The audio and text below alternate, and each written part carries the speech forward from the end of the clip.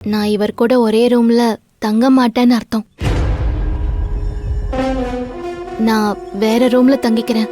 ஏ ஆனந்தி, வந்ததும் வராததுமா ஆரம்பிக்காத. இவ்ளோ தூரம் வந்துட்டு அன்பு கூட தங்க மாட்டேன்னா வேற யார் கூட தங்க போற?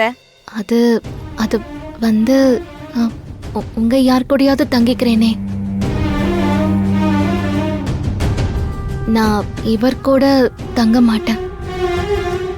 ஆனந்தி, என்ன பேசுற? நீங்க இங்க கல்யாண ஜோடியா வந்திருக்கீங்க. இன்னொருத்தர் ரூம்ல போய் எப்படி தங்குவ? மத்தவங்களுக்கு டிஸ்டர்பன்ஸா இருக்காதா? முத்தண்ண, ஜெயந்தி அக்கா, சரவண மாமா, கோகில் அக்கா, அவங்க தானே கல்யாண ஜோடி. அவங்க ரூம்ல போய் தங்கினாதானே தொந்தரவா இருக்கும்.